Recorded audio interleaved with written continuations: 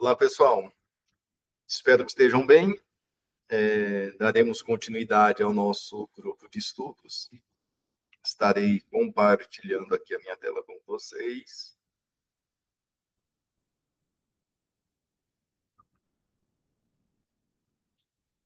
Fundamentos psicanalíticos.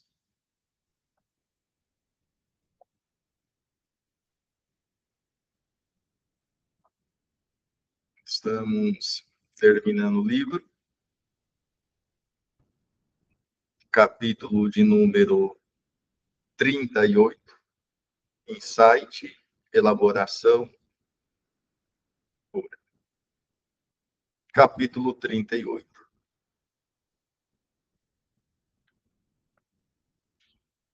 É um capítulo grande, tá? Os próximos capítulos são, ok? E talvez precisaremos de 3 encontros. Lembrando que eu poderia apenas trazer um resumo para vocês, mas se eu trago um resumo, vocês e eu mesmo consigo mentalizar 10%, gravar 10%, né, de um resumo. Então, se eu trago aqui esse capítulo, talvez fica 10% de um capítulo. Veremos, repetiremos, teremos uma noção, passaremos mais tempo pensando, ok? Então, acredito que, lendo todo o capítulo, pensando com vocês aqui o capítulo, teremos melhores resultados do que se fosse o resumo, ok? Capítulo de número 38, página 411. Insight, elaboração, cura. A atividade interpretativa do psicanalista leva aos insights do analisando. O que leva ao insight? A interpretação. Sendo que a lenta elaboração desses é que vai possibilitar mudanças. Então, o psicanalista interpreta, o sujeito elabora e, pouco a pouco, obtém mudanças. E a mudança é o objetivo maior em qualquer análise. Então, eu interpreto, o sujeito elabora, e assim o sujeito pode mudar. A importância do insight no processo curativo de um tratamento analítico justifica que se pormenorizem e discriminem algumas de suas particularidades. Assim, proponho uma diferenciação na qualidade do insight, segundo a escala a seguir. Então, vamos pensar bem essa primeira parte, que é uma parte introdutória. O sujeito traz sua demanda por meio de uma comunicação verbal ou não verbal. O analista escuta tudo isso, escuta o sujeito, escuta a si, escuta a relação. E ele irá interpretar. Ele pode desconstruir ou construir por meio da interpretação. Com isso, o sujeito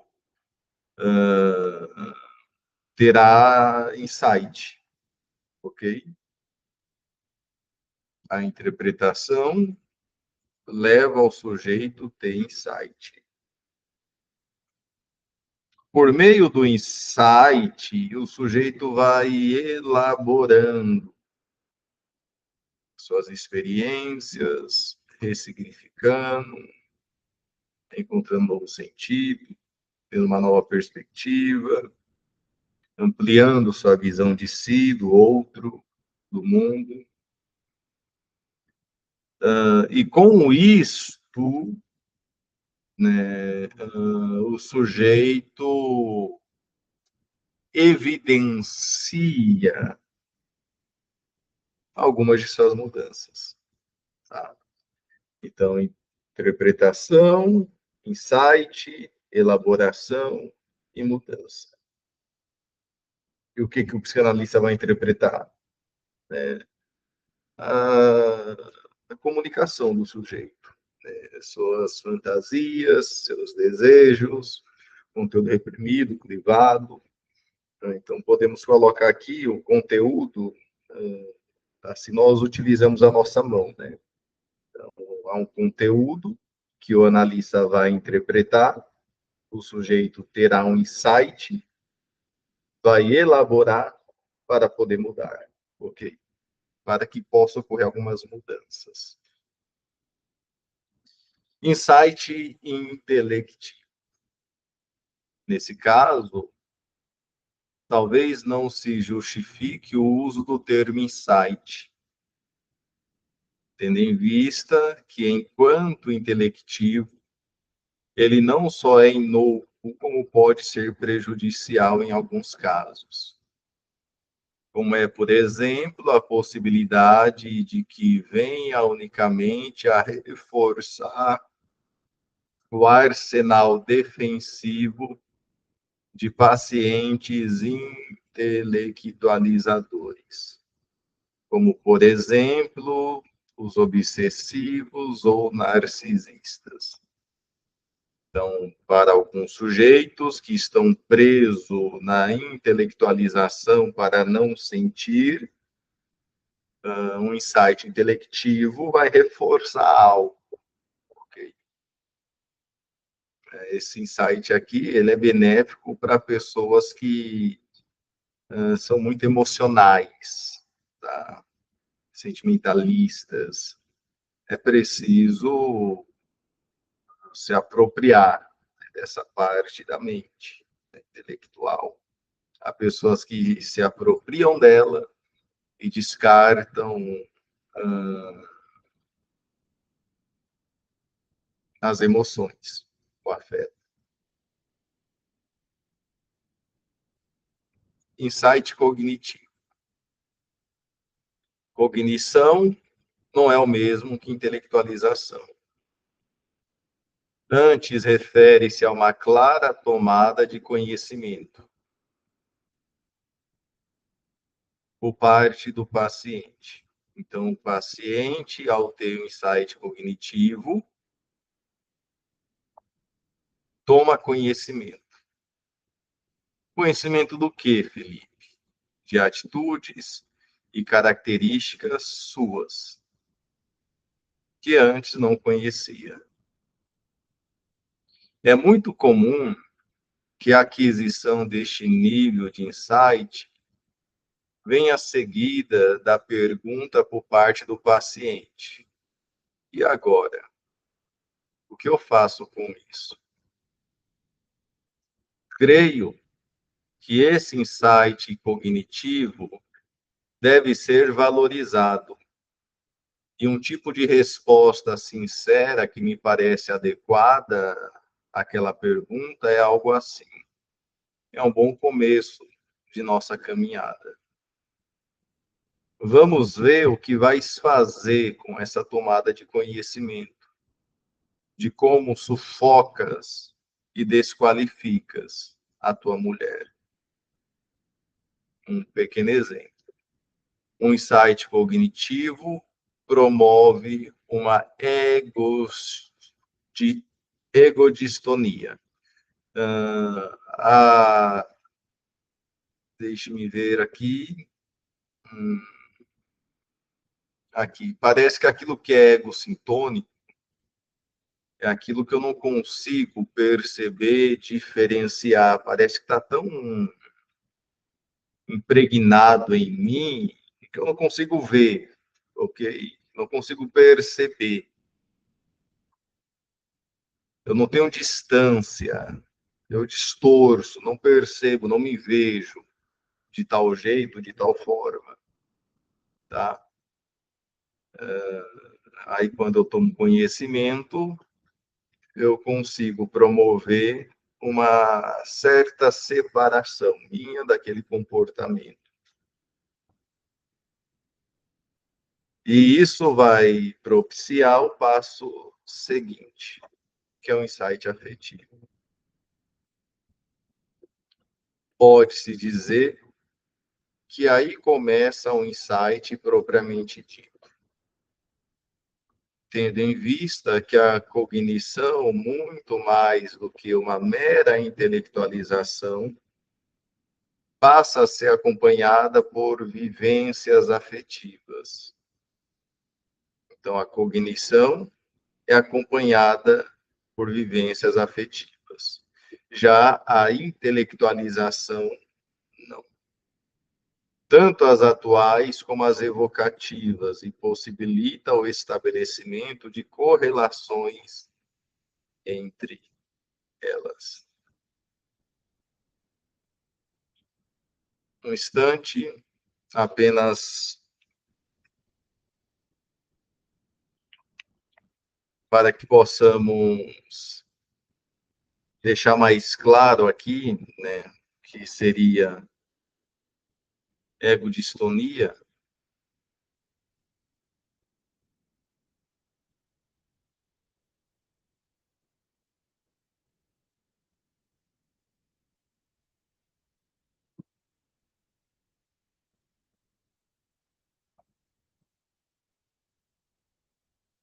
O ego sintônico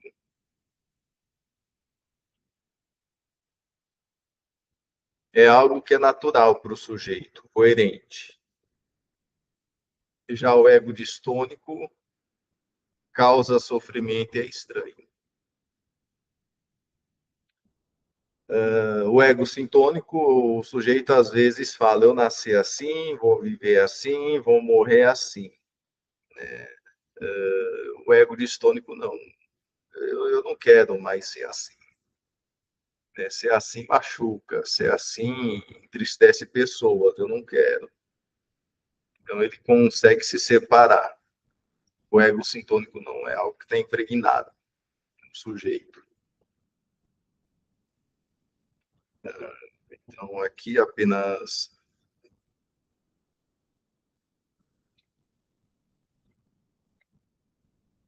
aqui, ó, ego distônico causa sofrimento, é estranho ao eu. O ego sintônico é vivido como natural, coerente com o eu, mesmo que seja patológico.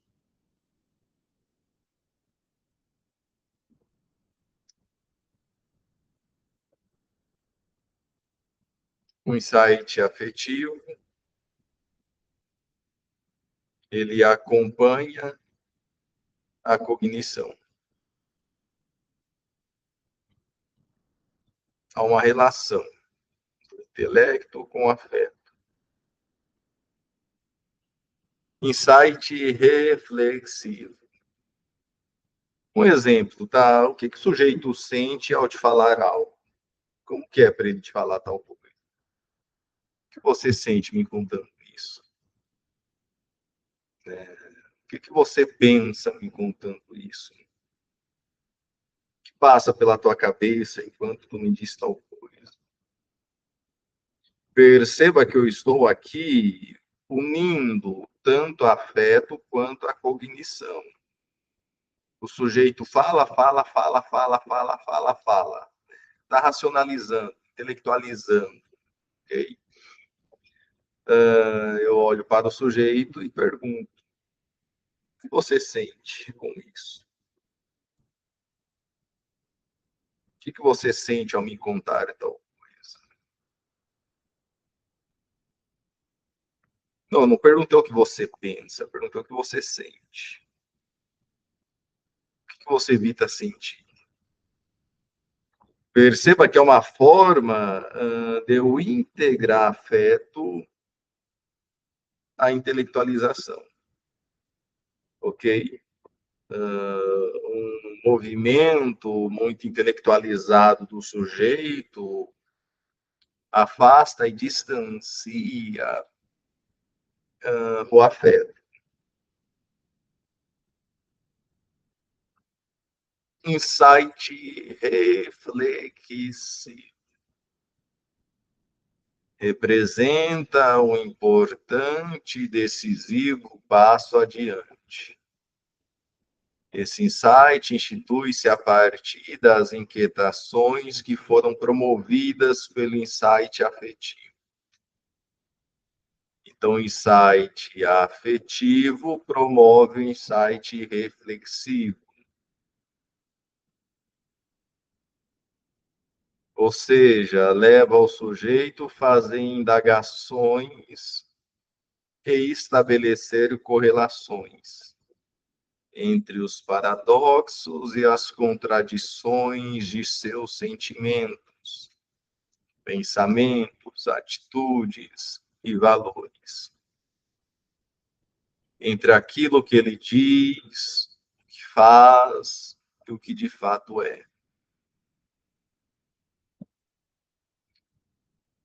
Esse insight é de natureza binocular. Isto é, o paciente começa a olhar a partir de duas perspectivas. A sua própria perspectiva e a que é oferecida pelo analista.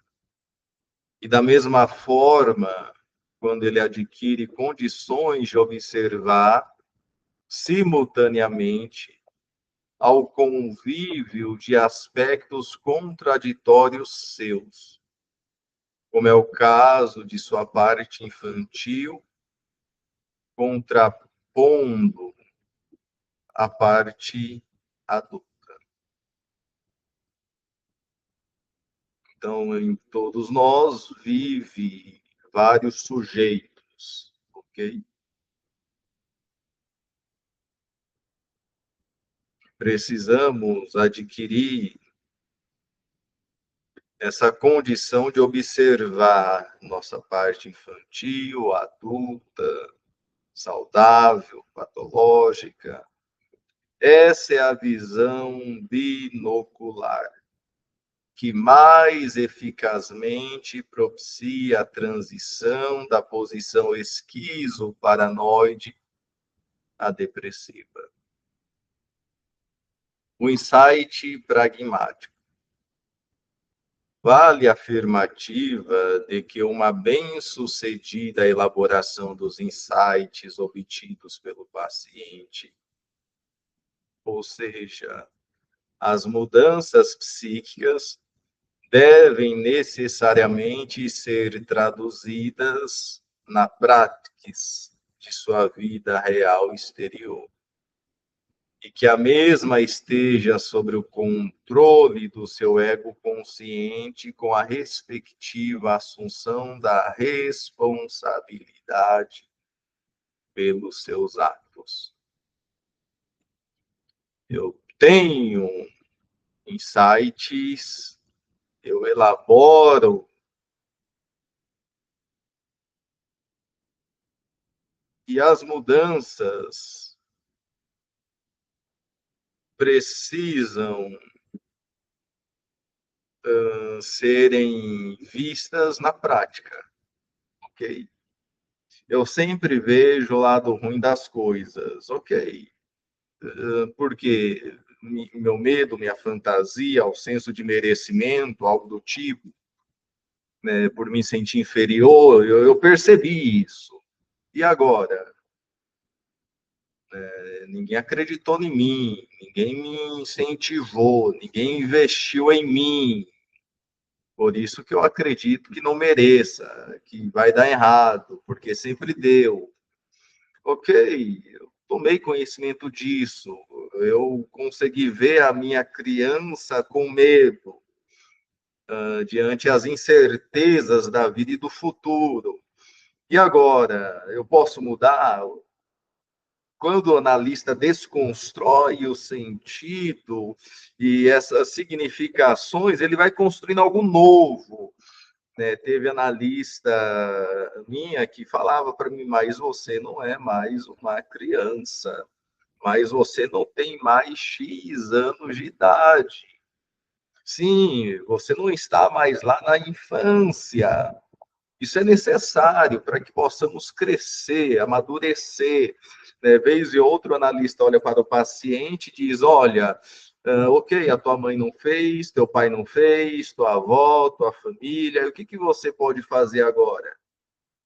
É necessário começar a assumir a responsabilidade diante a vida. Essa é a tua falta.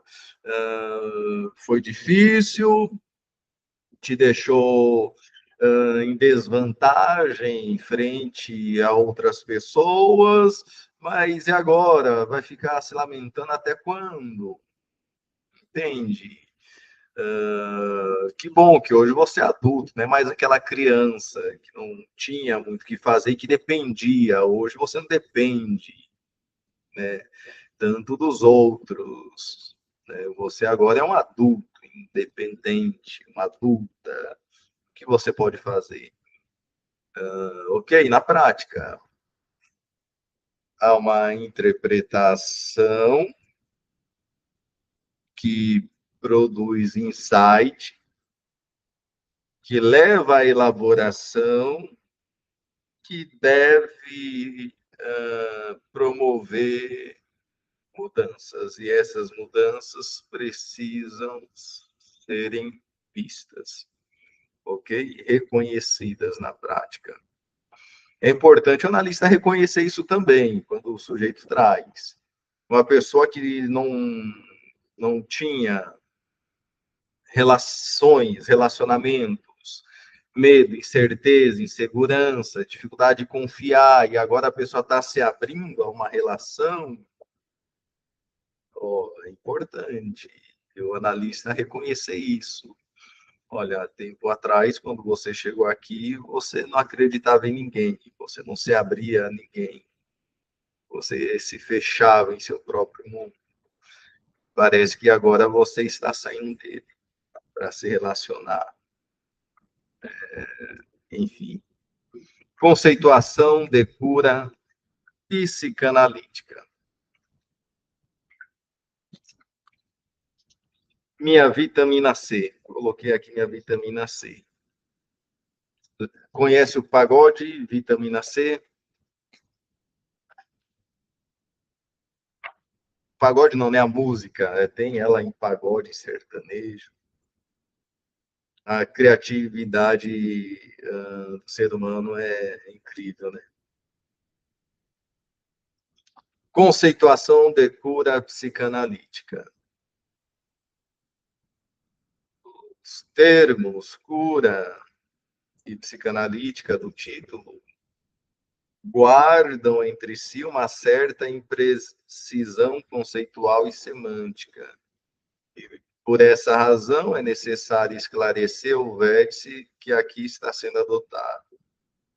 Dessa forma, o conceito do que está sendo considerado como analítico não se prende exclusivamente ao formalismo das combinações convencionais do set analítico, mínimo de 4 sessões, uso indispensável do divã, rigor na livre associação. Psicanálise ou psicanalítico não é apenas isso, ok?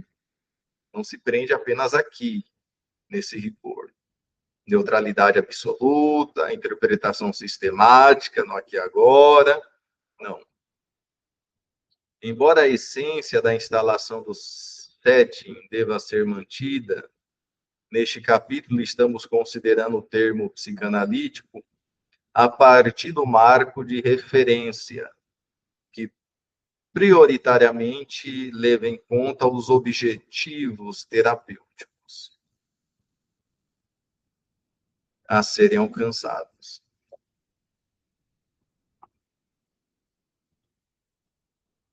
Como forma esquemática, creio que se pode dizer que a obtenção de um objetivo terapêutico se processa de duas maneiras. O objetivo terapêutico se processa de duas maneiras. A de um benéfico terapêutico e um resultado analítico. O objetivo terapêutico é benefícios. mas também resultado analítico. Benefício terapêutico e resultado analítico é diferente. Parece que o benefício envolve apenas obter um insight e ter agora um conhecimento, mas não necessariamente um resultado de mudança. O resultado analítico é a mudança, ok? Vamos ler melhor esse meu pequeno comentário. O benefício terapêutico pode atingir uma gama distinta de objetivos que guarda uma certa hierarquia entre si. Estamos falando sobre o benefício terapêutico.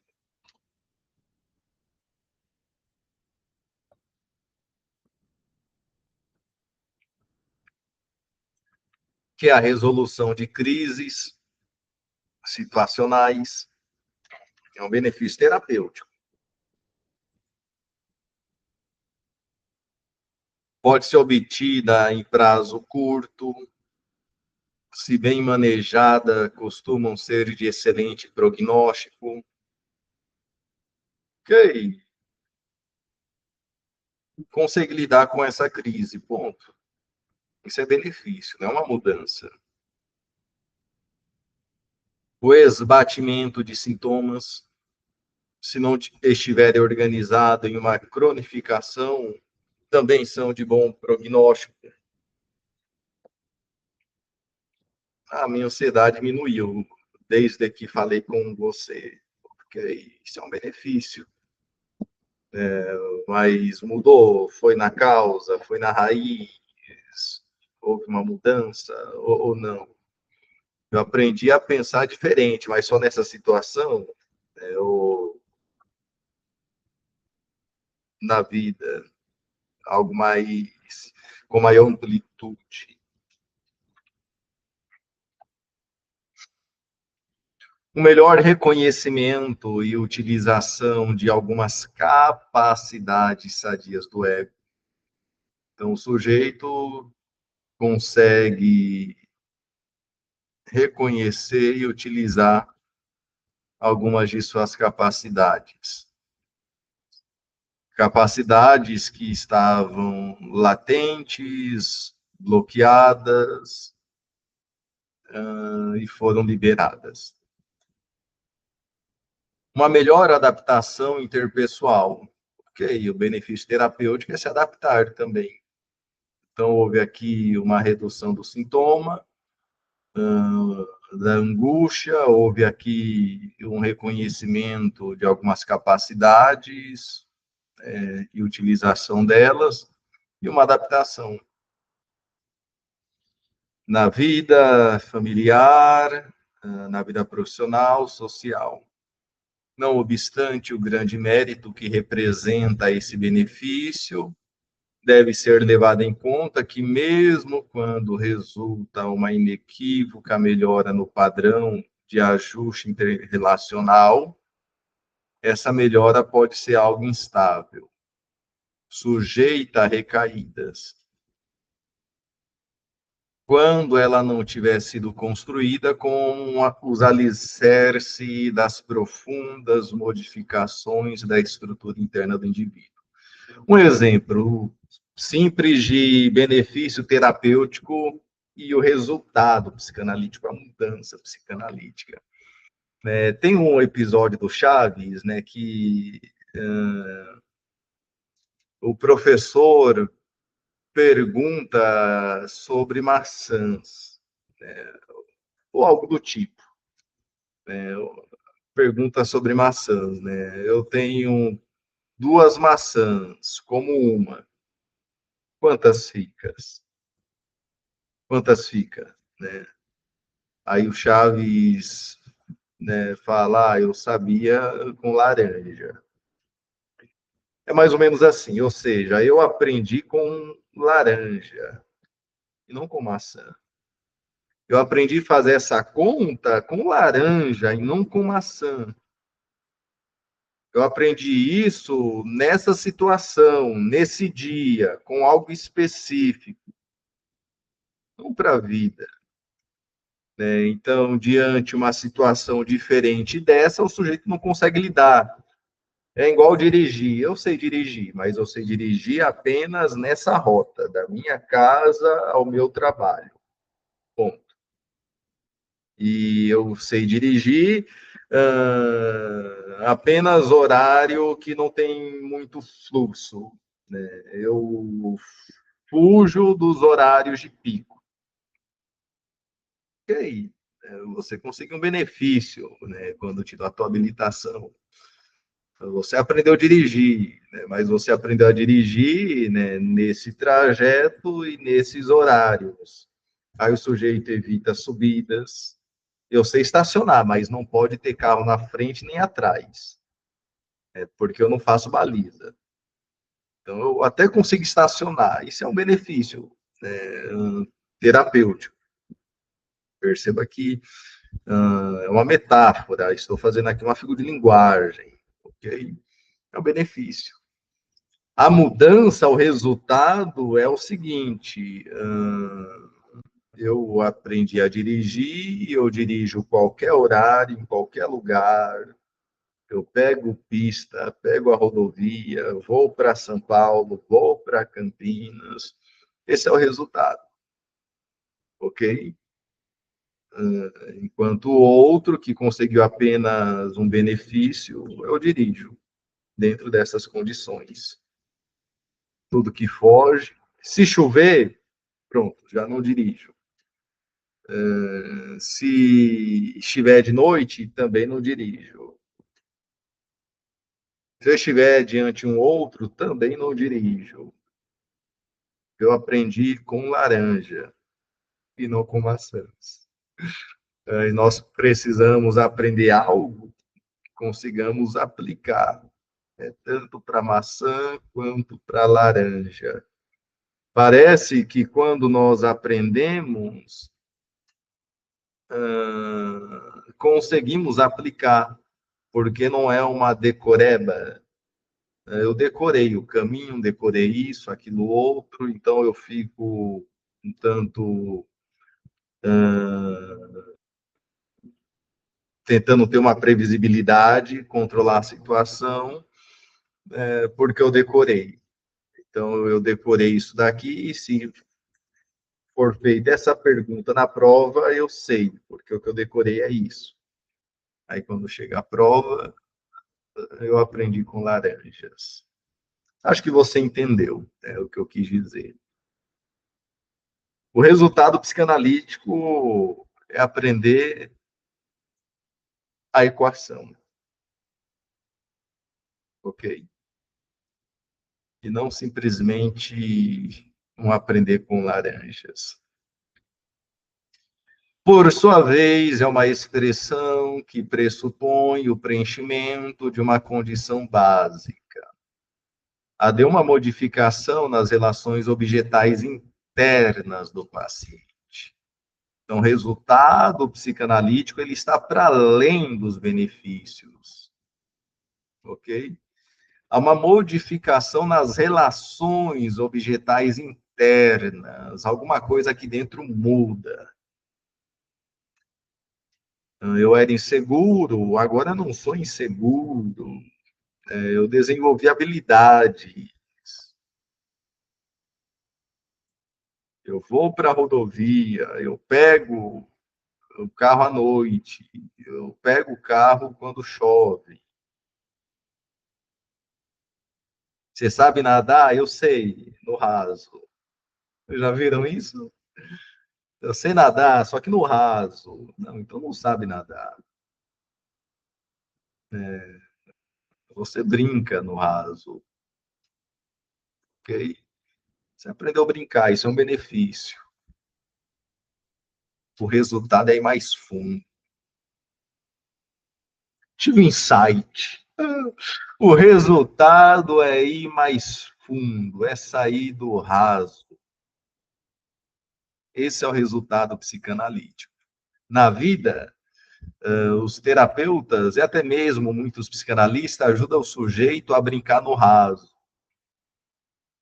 Um psicanalista, quando faz psicanálise com um sujeito comprometido, leva o sujeito a ir mais fundo.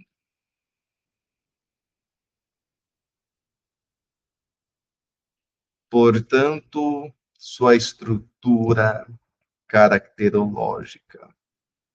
Isso necessariamente implica em trabalhar com as primitivas pulsões, necessidades, demandas e desejos que estão embutidos nas fantasias inconscientes com as respectivas ansiedades e defesas.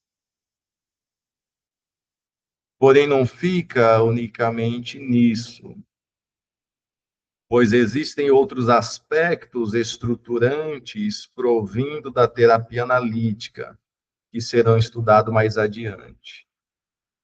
Então, o resultado analítico trabalha pulsões, necessidades, demandas, desejos, que estão embutidos nas fantasias inconscientes, que possui aí as suas respectivas ansiedades, defesas.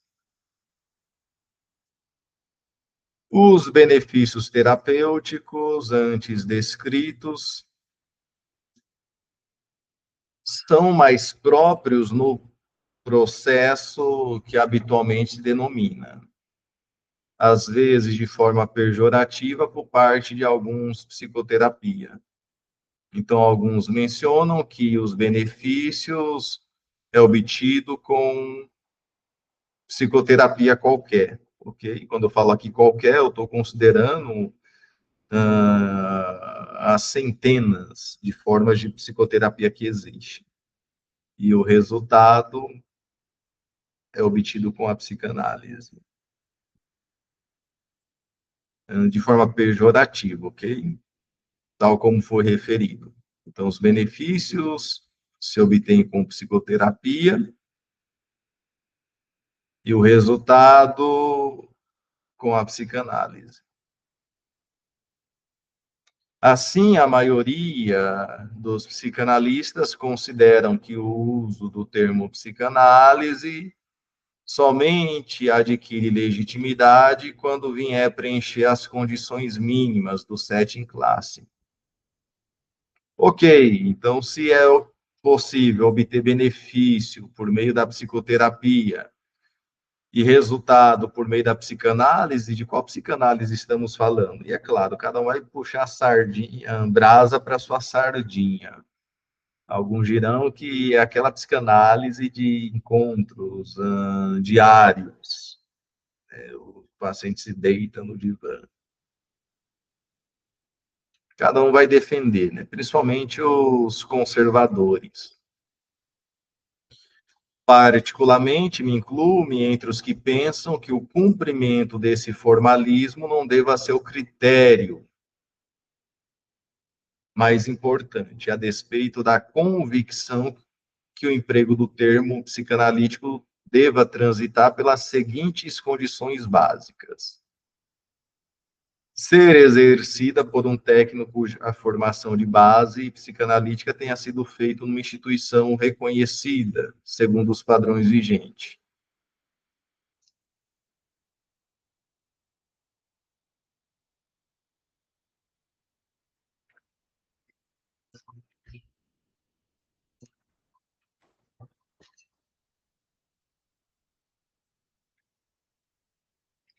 Então, o Zimmermann,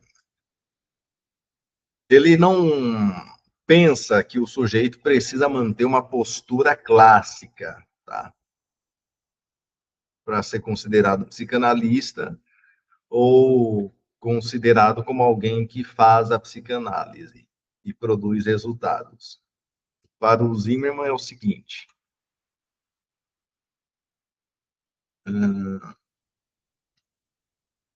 as condições básicas para o Zimmermann.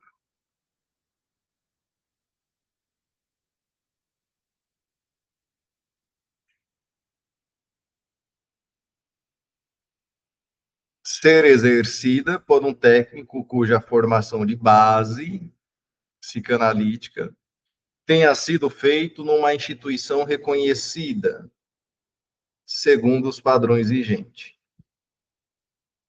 Visa prioritariamente a obtenção de resultados analíticos constantes de modificação da estrutura interna do paciente. Essas mudanças devem ser profundas, estáveis e permanentes. Se possível, não obrigatória, o estabelecimento do SET, do enquadre, deve seguir as recomendações vigentes na análise standard. Sempre que essa indicação prioritária não representar um descompasso com a realidade ou uma imposição do analista na base do DAO-DS como sendo a única saída possível para o paciente. Por razões óbvias, os tratamentos psicanalíticos que são inerentes aos institutos de psicanálise filiados à IPA, tanto as análises pessoais dos candidatos, como as que realizam com os pacientes, com a finalidade de supervisão curricular, devem seguir obrigatoriamente o modelo clássico que estiver vigente e não permitem uma flexibilização maior. Então, perceba que aqui o Zimmermann está falando sobre a formação do analista, sua análise pessoal, sua supervisão, o enquadre necessário, ok? A preservação de alguns alicerces da psicanálise, é isso. O Zimmermann não está falando ortodoxo.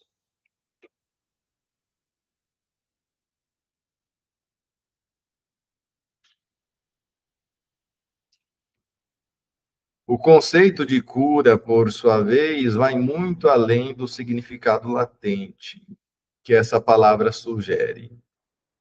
Uma prestação de cuidados, como aparece em cura de uma paróquia. Então, cura também fala de cuidado.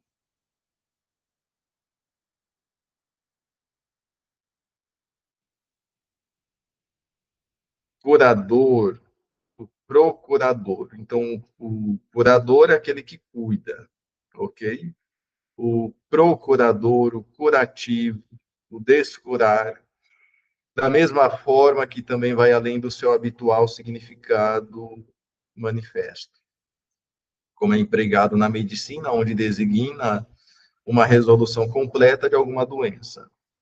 Em terapia psicanalítica, o conceito de cura deve aludir mais diretamente ao terceiro significado que essa palavra sugere, qual seja o de uma forma de amadurecimento. O que é a cura em psicanálise? É estar livre de uma suposta doença? Não, a cura em psicanálise, ela está se referindo a uma forma de amadurecimento, tal como é empregado para caracterizar um queijo que está maturado, sazonado, o que equivale ao trabalho de uma lenta elaboração psíquica que permita a obtenção de mudanças psíquicas estáveis e definitivas. Eu amadureci, agora eu dirijo à noite, eu dirijo na chuva, eu dirijo na rodovia, eu dirijo estrada de terra, agora eu consigo dirigir no trânsito, estou aprendendo a dirigir em São Paulo. Perceba que essas são mudanças que a psicanálise deve promover no sujeito. Eu não estou falando do carro, estou falando da vida, ok? Agora sim, eu aprendi a viver, a conduzir minha vida. Agora sim, o mundo pode estar caindo, mesmo assim eu consigo dirigir minha vida. As relações podem estar, mesmo assim eu consigo gerenciar minhas emoções, dirigir com segurança. É sobre isso. justamente com o propósito de evitar essa ambiguidade conceitual que o termo cura permite, principalmente o clássico significado que ele adquiriu na medicina, de um término como a remoção total dos sintomas ou transtornos orgânicos. Então, a fim de evitar, né, que a cura em psicanálise é livrar o sujeito da angústia, da dor, né, assim como é na medicina, que é a remoção dos sintomas e transtornos orgânicos, o Bion, ele propõe a evitação desse termo em psicanálise. Ele substitui cura por crescimento mental, que ao contrário do fechamento implícito na cura, mais bem sugere novas aberturas. Então, Bion propõe crescimento mental.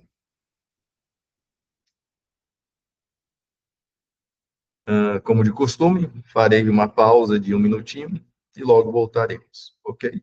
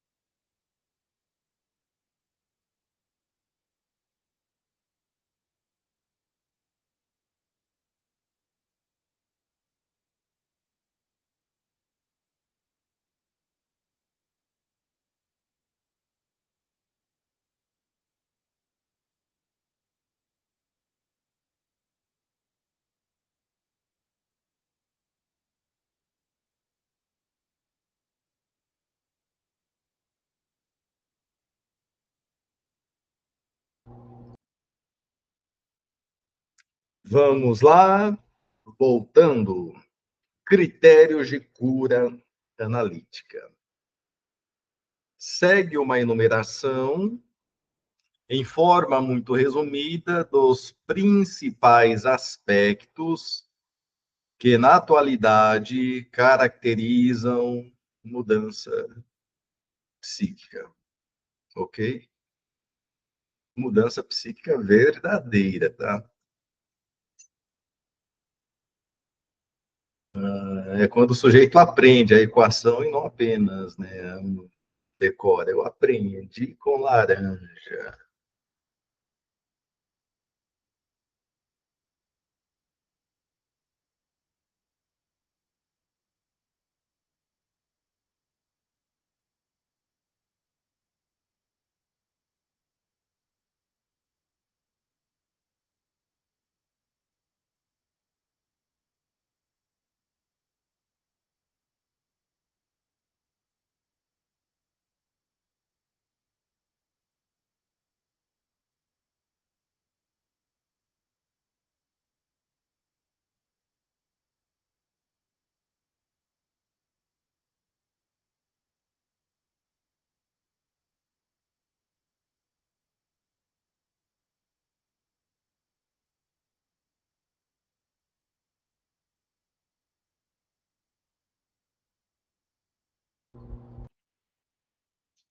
Um instantinho, pessoal.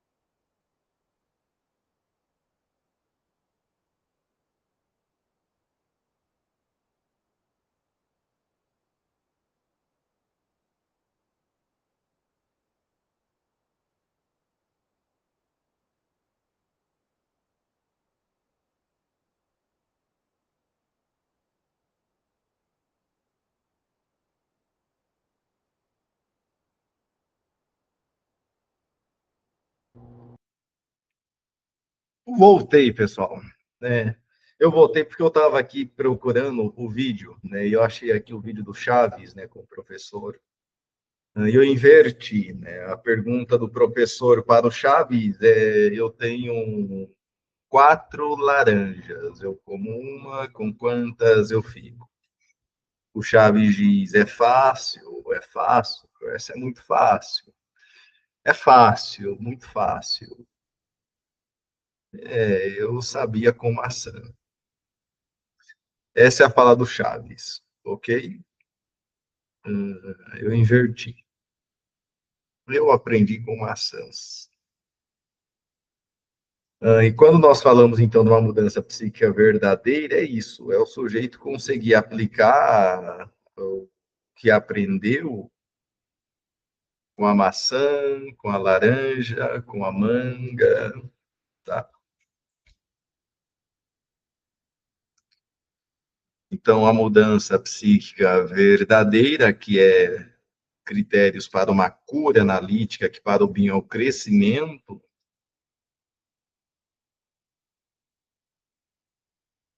primeiro, o primeiro critério, uma modificação na qualidade das relações objetais, as internas e, a partir daí, as externas. Então, dentro do sujeito tem o mundo, tem um conjunto de relações e como funcionam, como interagem essas relações com o sujeito. Há relações internas que desaprovam, que cobram, que exigem, que castigam. 2. Antes de ir para o 2. O sujeito, ele se relaciona com o outro a partir dessas fantasias internas. Então, o outro, quando me entreguei, me abandonou, né? Ou quando eu precisava, demandava, queria me saciar, me abandonou. Então, eu evito querer me saciar, para que o outro não me abandone. Né? Ou seja, dentro do sujeito tem o objeto que abandona.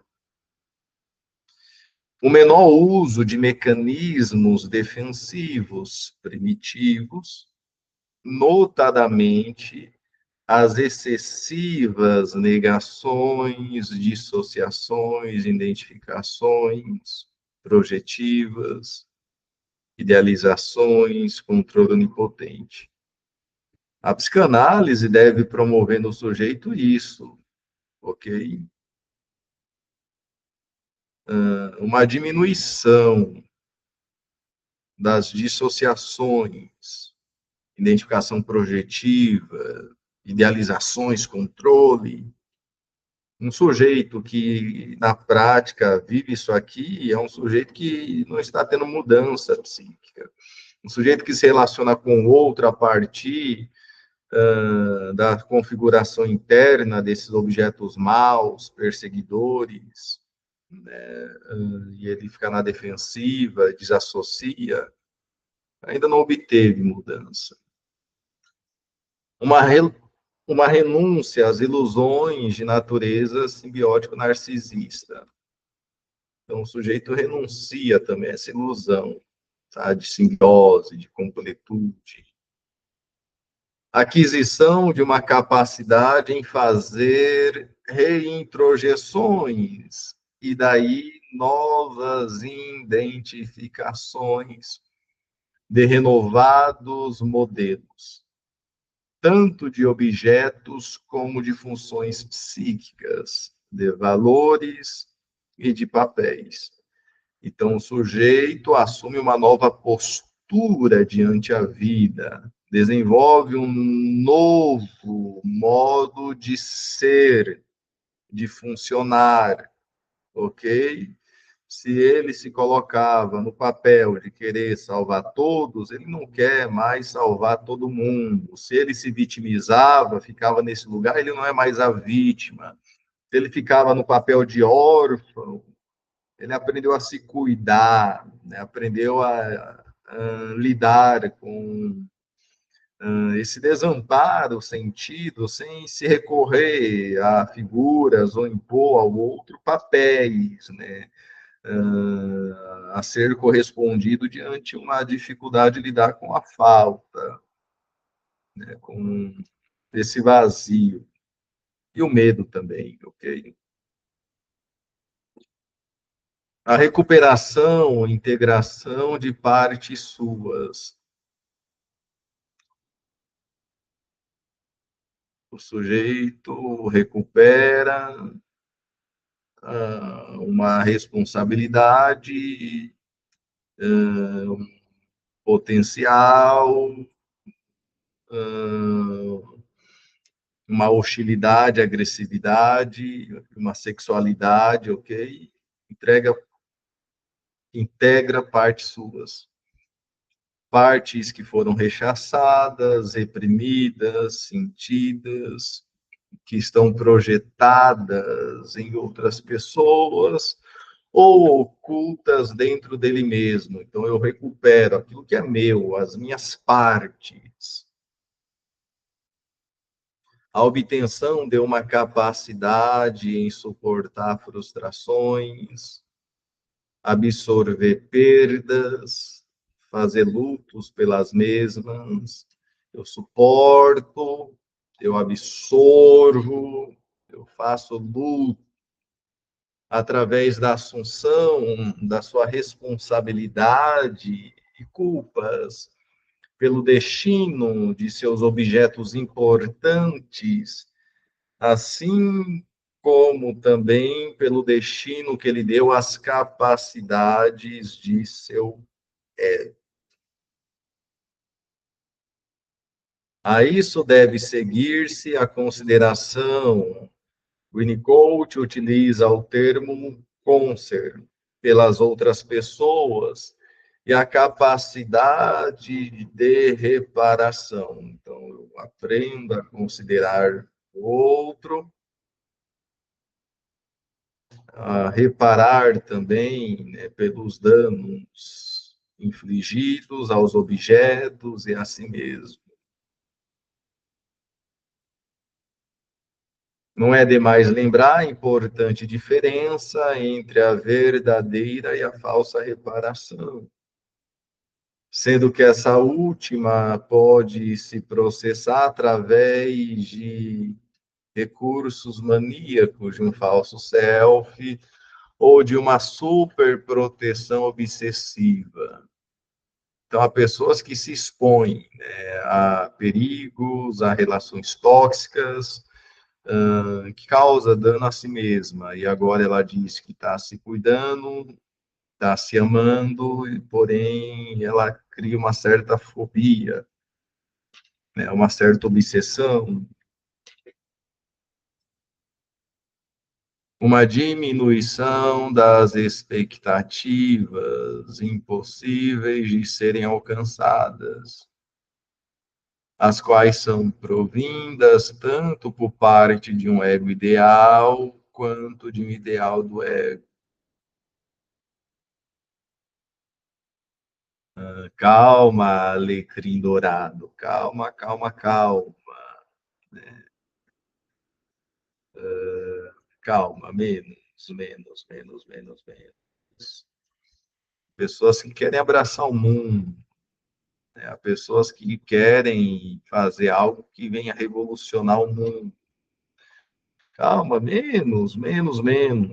Para que tamanha idealização de projeto, de sonho, de expectativas? Que parte narcísica é essa de se sentir onipotente ou de reparar algo que você julga ter destruído, tá? Que está sendo projetado agora sobre o mundo, sobre as pessoas.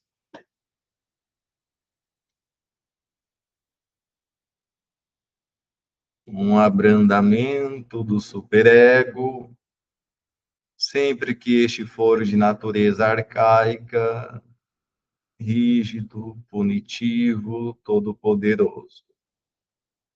Um abrandamento do superego, sempre que este for de natureza arcaica, rígido, punitivo e todo-poderoso.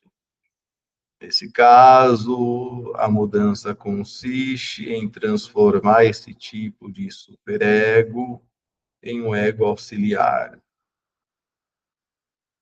Isto é, que ele conserve as indispensáveis funções delimitadoras de proteção e de princípios éticos a serviço do ego.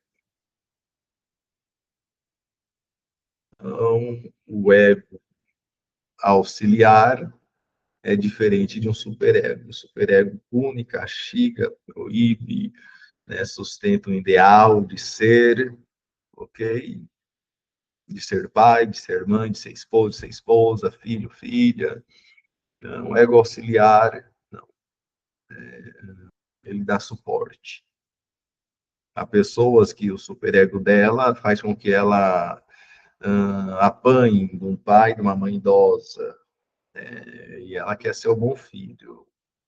E o pai e a mãe idosa, né, suja a cama por pirraça, suja o banheiro por pirraça, né, suja as coisas por pirraça, por ruindade também. E o sujeito não coloca esse idoso numa casa de repouso, né, por superego. Não, eu não posso abandonar meu pai, minha mãe. Meu pai não me abandonou, minha mãe não me abandonou. Isso não é abandono. Você colocar o sujeito em um lugar onde ele vai estar melhor assistido, né? Algumas ressalvas, ok? Há cuidadores que são imprudentes, mas salvo essa ressalva, a partir do princípio, né, de que é nesse lar de idosos, de repouso, são espaços adequados, profissionais, né, o sujeito vai estar bem assistido lá, ok? Isso não é abandono.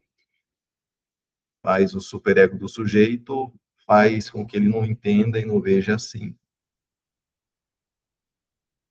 Uma liberação das áreas autônomas, do ego, que possibilite um uso mais adequado de suas nobres funções, de percepção, pensamento, linguagem, juízo crítico, conhecimento, comunicação, ação, criatividade.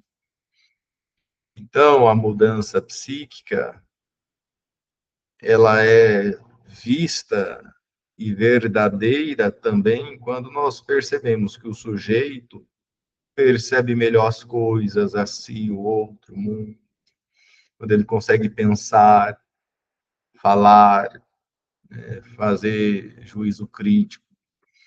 Então, há muitas pessoas que pegam vídeos, né, informações fake news e acreditam, não tem juízo crítico. Tá lá, faça um Pix de R$ 500 e ganhe 1.500. A pessoa, nossa, que oportunidade boa. Eu vou fazer um empréstimo. Se eu fazer um empréstimo, vou pagar R$ 1.000, mas eu vou ganhar 1.500, então vou ter 500 de lucro. Há pessoas que o pensamento dela, né, é muito escasso, tá? O juízo crítico dela é escasso, ok?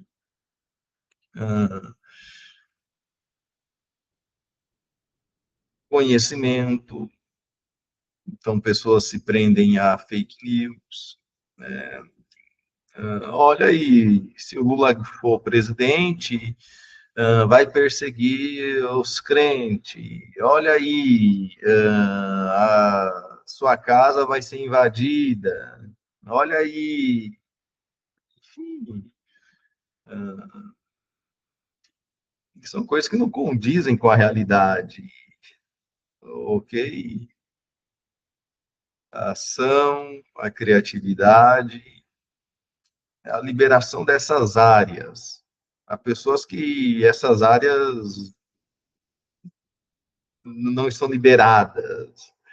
Então, são pessoas que não são nada criativas. Isso é na vida, ok? Não são criativas no sexo, não são criativas no pensamento, não são criativas nas relações com os filhos, são pessoas que não têm ação, não têm iniciativas, são pessoas que se prendem a fake news, a opiniões alheias, a coisas da própria cabeça. Ela tem um sonho que o marido ou a esposa, namorada, está traindo e ela diz, olha, você está me traindo. Ela pensa algo e ela vê aquilo que ela pensou como algo concreto. E não é isso, gente, não é isso.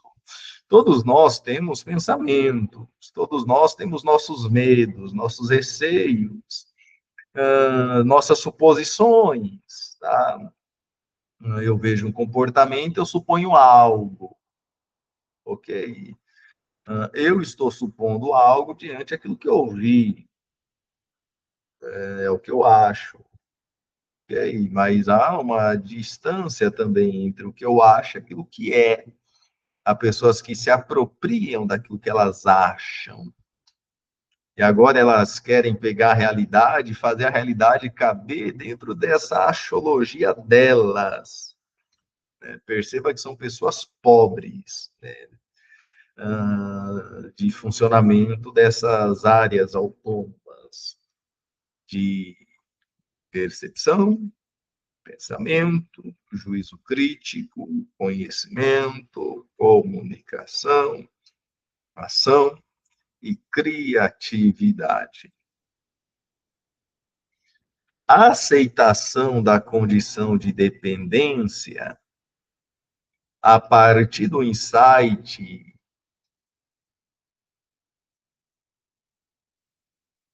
Outro ponto, tá? Eu preciso aceitar também a condição de dependência. A partir do insight de que depender dos outros é um princípio sadio inerente à condição humana. O medo do paciente de ficar dependente da análise, do analista, expressa em verdade que ele sofre de uma dependência má. Ou seja, as pessoas dentro dele o decepcionaram, o abandonaram, por isso que ele tem dificuldade de depender, de precisar. Devido às decepções, humilhações sofridas, a qual deve ser transformada em uma dependência boa, tecida com confiança, com respeito, com amizade, e por aí vai. É porque eu não sei falar etc. Etc. Eu tenho que treinar isso. Etc. Essência. Preciso aprender.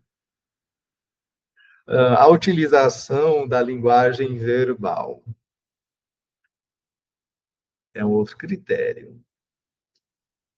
Em substituição à não verbal, a qual muitas vezes, especialmente em pacientes muito regressivos, se expressam por meio de actos malignos e por somatizações. Assim como por uma contratransferência difícil, por vezes paralisante. Da mesma forma, em pacientes borderline psicótico, constitui-se uma importante mudança psíquica e utilização de símbolos, em lugar das equações simbólicas e das abstrações. Então, então, pessoa, fulano, eu falei algo que você não gostou, né, em 3 sessões atrás, 3 sessões, e você faltou 2 encontros. Eu percebi que você não gostou daquilo que eu falei, e você faltou. Não foi a primeira vez que aconteceu. Eu observo quando eu falo algo, né, que você não concorda, você está no seu direito de não concordar, você tenta se vingar, você se afasta, você se distancia, você se fecha. Somos duas pessoas diferentes, pensamos diferente, somos diferentes, ideias diferentes. O que eu falo aqui não tem como finalidade trazer prejuízos para a tua vida. O que eu falo aqui é apenas algo que possa colaborar, né, com o teu crescimento, com o seu desenvolvimento enquanto pessoa. Você não precisa ficar nessas duas posições somente. Ou concordo e eu estou junto com você, concordo e estou junto com você, é isso aí, abraço. Não concordo e me distancio. Não, a vida não é vivida apenas dessa forma. Eu não concordo com isso, mas ok. É teu pensamento, há espaço para alteridade. ok? E parece que você não dá espaço para alteridade, para quem pensa diferente, para quem discorde. Parece que tudo isso é visto como afronta, como ameaça, como uma invalidação de quem você é. Apenas uma ideia aqui, ok? Que estou trazendo com vocês, a importância da gente trazer uma nomeação ao comportamento, à comunicação atuada do sujeito. Você poderia ter me dito, eu não gostei, né? Mas você preferiu dizer não vindo, não comparecendo, atrasando, tentando interromper as sessões. Aquisição de uma função psicanalítica da personalidade. Então, todos pacientes analisandos precisam ser, em parte, psicanalistas, ok?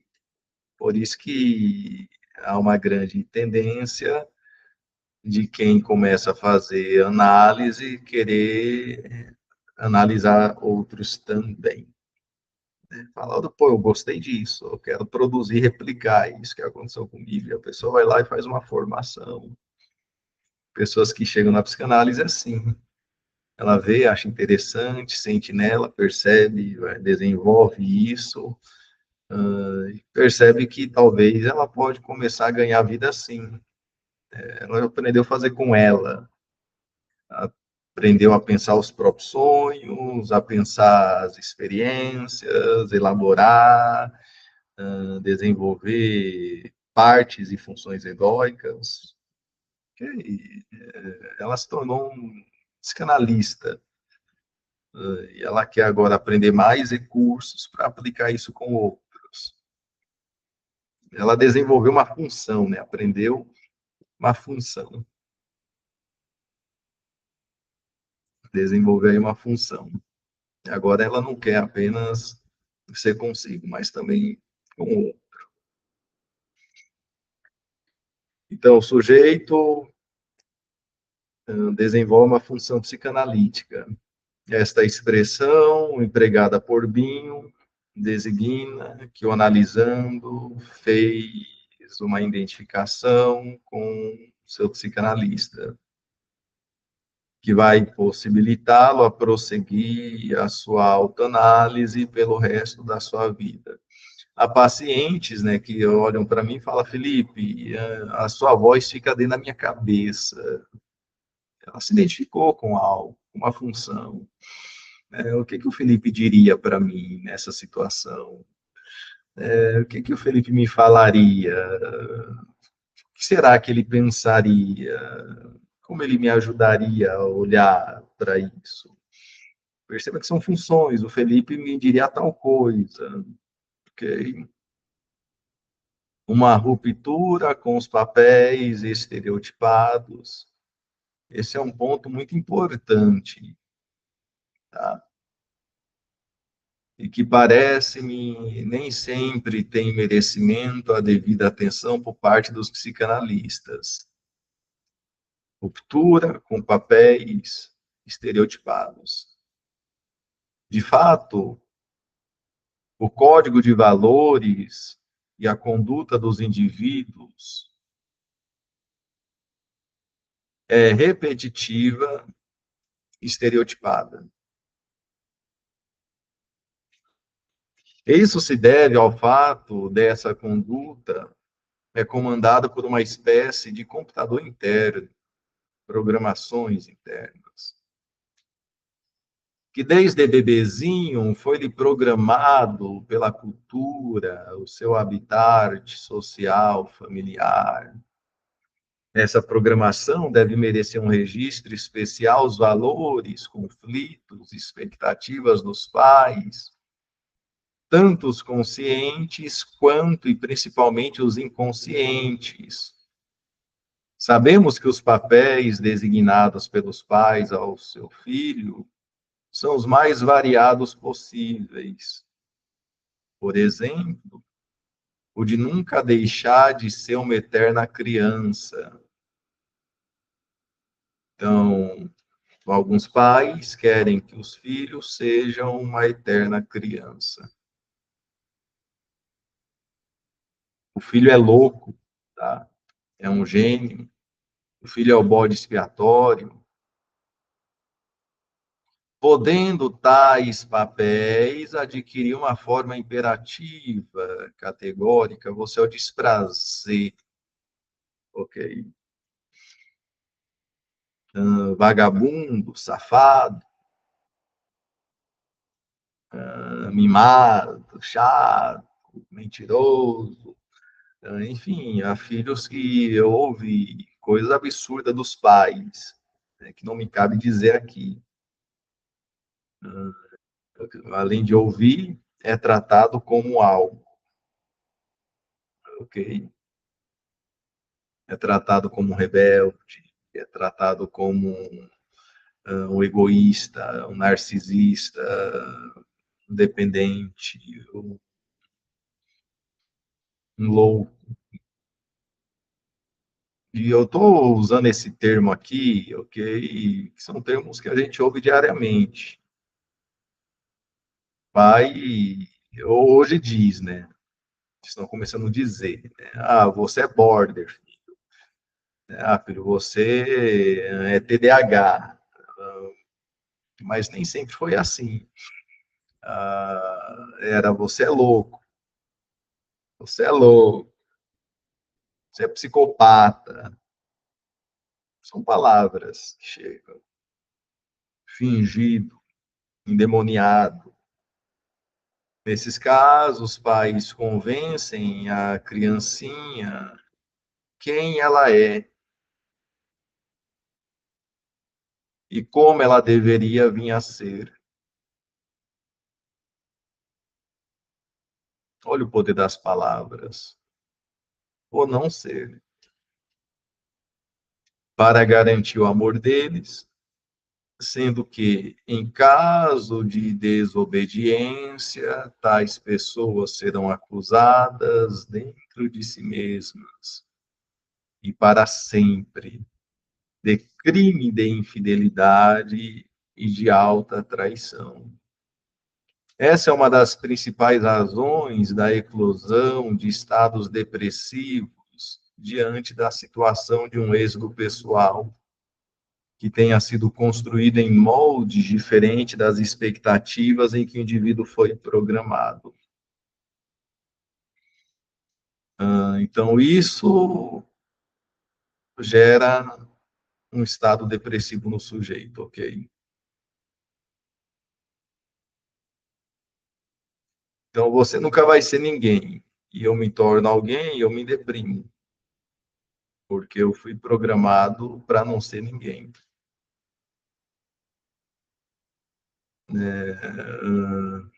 Eu me apoio em você, você é meu filho, minha filha, minha vida só faz sentido por você, se tiver você, você perto.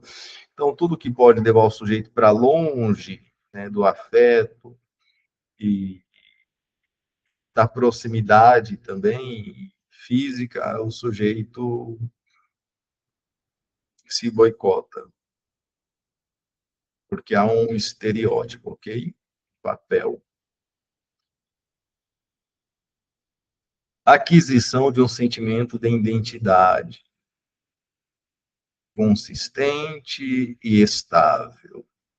Sabemos que a formação da identidade resulta das combinações de múltiplas identificações. A identidade se resulta das identificações.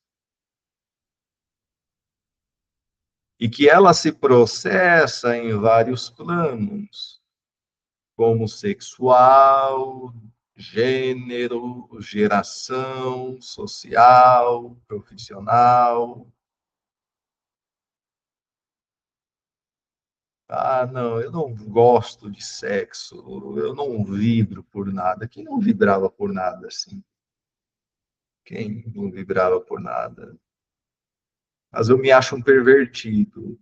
Alguém dizia isso? Quando você se sentia um pervertido? Ah, não, meu pai era, minha mãe. Enfim, o sujeito está identificado com quem? Ajudarmos ele a entender isso, uma pessoa que ele gosta bastante. Às vezes o sujeito, ele faz algo, se sente mal, mas ele talvez só está fazendo porque ele se espelhou no outro, e parece que ele precisa, para ser reconhecido como outro, fazer tudo que o outro faz, né? Não, eu posso me identificar a partes, e não ao sujeito como um todo. Há pessoas que ou se identificam com partes ou com o sujeito todo. Eu sou bom, mas eu também sou mal. Quem era bom e mal?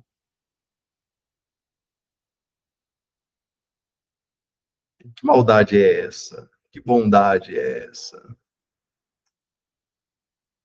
Quem era só mal? Ah, eu vi um filme, fulano era mal, ou tal pessoa da minha família era mal, né? Mas foi assim que ela cresceu. Então você condicionou o crescimento a ser mal, ser frio. Menos um exemplo, eu não estou aqui trazendo caso clínico, ok? Estou apenas pensando o que nós podemos construir por meio dessa ideia aqui do sentimento de identidade, porque a formação da identidade, ela é fruto da combinação de múltiplas identificações. Eu posso me identificar com objeto total ou com objeto parcial, ok? E a minha identificação pode também ser negativa. Por outro lado, vale assinalar que a morfologia da palavra identidade compõe-se de idem, que quer dizer igual. Ou seja, implica a manutenção de uma mesma maneira básica de o sujeito ser. Mesma maneira do sujeito ser. Entidade que se forma quando a criança ou o paciente resolve a simbiotização,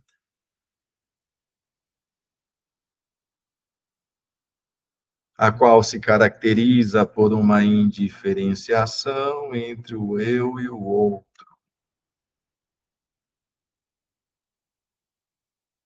Então, o idem é igual e o idade é uma indiferenciação entre eu e o outro, uma simbiotização.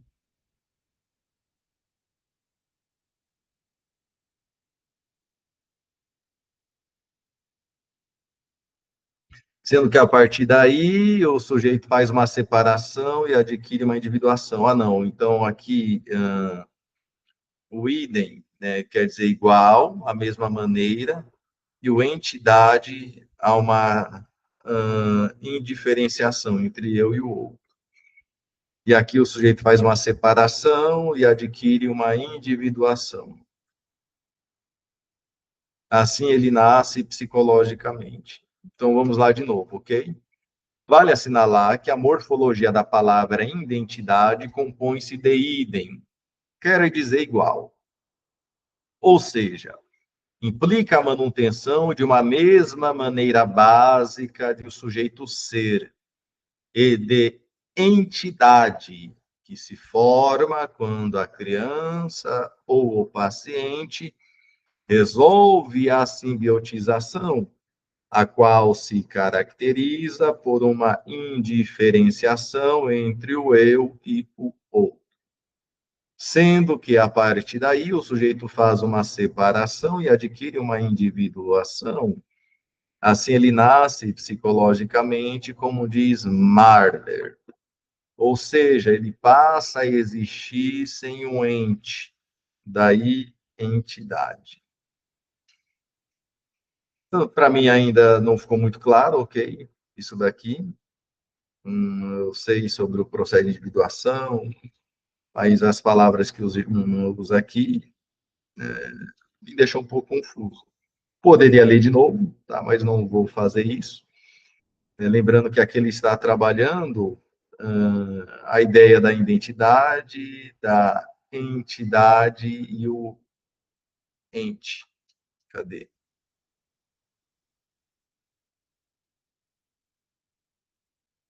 Aqui, ó, um ente.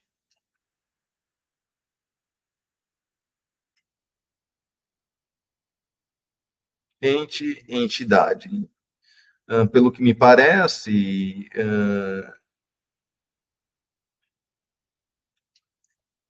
agora está claro. Identificação e identidade.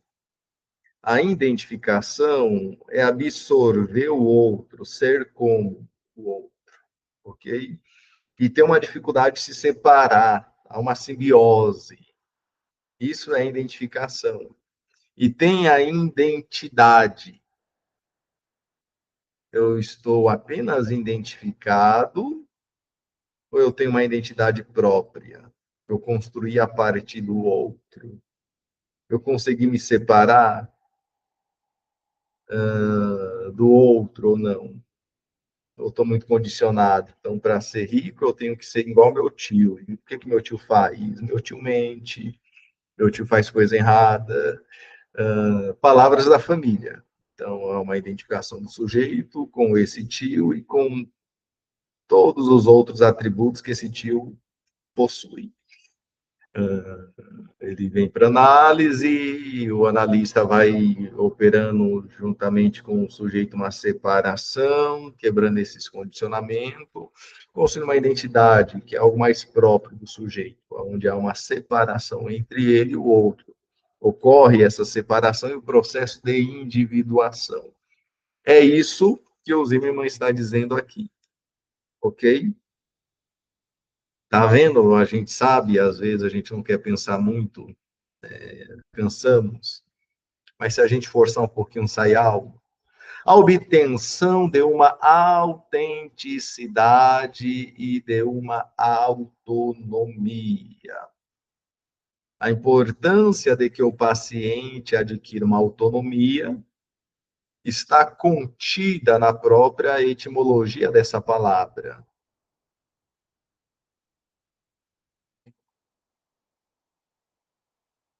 Assim, ela se forma a partir de auto, que é próprio, e nomos, que é nome, lei.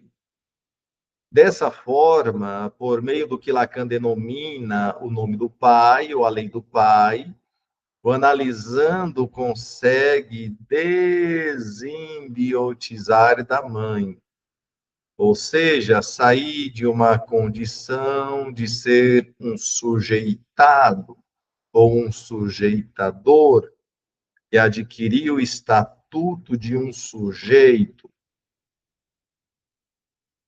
Não sou apenas um sujeitado, mas eu agora sou um sujeito livre, a partir de uma liberdade interna, o que lhe faculta ser possuidor de um nome próprio, de leis próprias a serem cumpridas. Não é apenas o sonho, a vontade, o querer, as expectativas do outro. Eu não quero isso. Tá? Essa liberdade é indissociável do amor às verdades.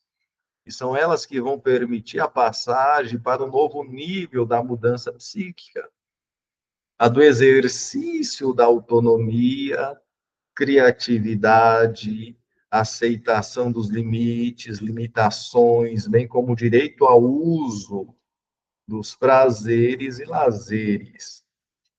A propósito disso, vale lembrar a referência do Freud em um rodapé de O Ego e o Id. Análise se dispõe a dar ao ego a liberdade para decidir por um meio ou por outro. Ser autônomo, eu escolho, ou isso, aquilo, ok? É escolha, é decisão. A situação, contexto, ok, mas o que você quer escolher com isso? Aí o sujeito olha para você e canta: deixa a vida me levar, a vida leva eu. Deixa a vida me levar, a vida leva eu. Estou feliz e agradeço por tudo que Deus me deu. É um sujeito sujeitado, um sujeito que não tem autonomia, um sujeito que não tem uma vida própria, né? Um sujeito que está lá. Se o vento sopra para a direita, ele vai para a direita. Se sopra para a esquerda, ele vai para a esquerda. E nós precisamos se movimentar sem ficar dependente do vento. Isso é bonito e poético, tá? Há pessoas que só se movimentam se houver vento. Se não há vento, elas não se movimentam. Há pessoas que só avançam se alguém diz avança, só para quando alguém diz para. Por isso que às vezes o analista vai ser esse vento, mas não pode ser esse vento constante. Às vezes alguém disse para o sujeito, vai, vai, vai, vai, vai, vai, vai, vai, vai. Aí o analista é o vento que precisa dizer, para, você precisa descansar, precisa de férias. Às vezes o sujeito é aquele que está parado, né? Nunca vai ser ninguém, nunca vai ser ninguém, nunca vai ser ninguém. O analista vai ser o vento, né, que vai dizer, não, você pode ser, o que você gosta, o que você quer fazer. Olha, aqui na cidade tem X faculdade, não tem condição, vê online, vê AD. Se você não fazer nada daqui 2, 3 anos, o que vai ter mudado? Ok, perceba que estamos falando do analista ser aquele vento, mas não ser um vento constante, contínuo, recorrente e frequente que tira a autonomia do sujeito. Aí a gente olha para o sujeito e fala: olha, você pode ir tanto para a direita quanto para a esquerda.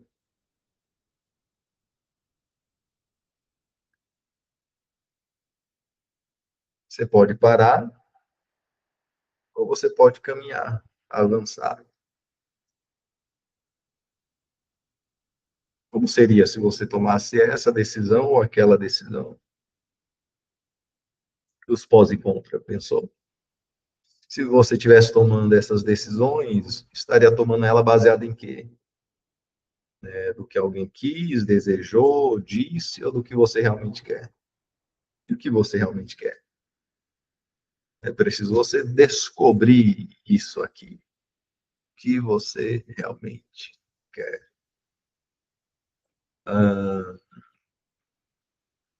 enfim. Ao mesmo tempo que o sujeito adquire o direito de sentir-se livre das expectativas e mandamentos dos outros, especialmente dos que moram dentro dele, ele também deve ser capaz de experimentar as relações afetivas com outras pessoas, reconhecendo, reconhecendo-as como livres, inteiras, diferentes, separadas dele, né? Ao mesmo tempo em que possa suportar sentimentos ambivalentes em relação a tais pessoas. Então, dentro de mim, eu não posso ser ocupado por essas pessoas que punem, que colocam um monte de expectativa, que anulam o meu desejo, mas também eu não posso me relacionar assim com o outro, ok? Eu preciso estar livre e deixar o outro livre, não impor. Vimos essa parte, ok? A próxima parte será aspectos de técnica. Faltam umas 5 páginas.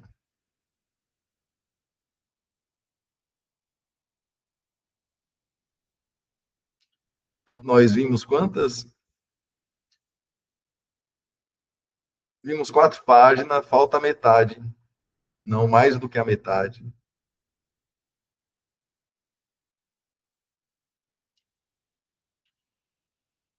Vimos 2/5. Faltam 3/5. Enfim, pessoal, até o nosso próximo encontro. Espero que vocês fiquem bem.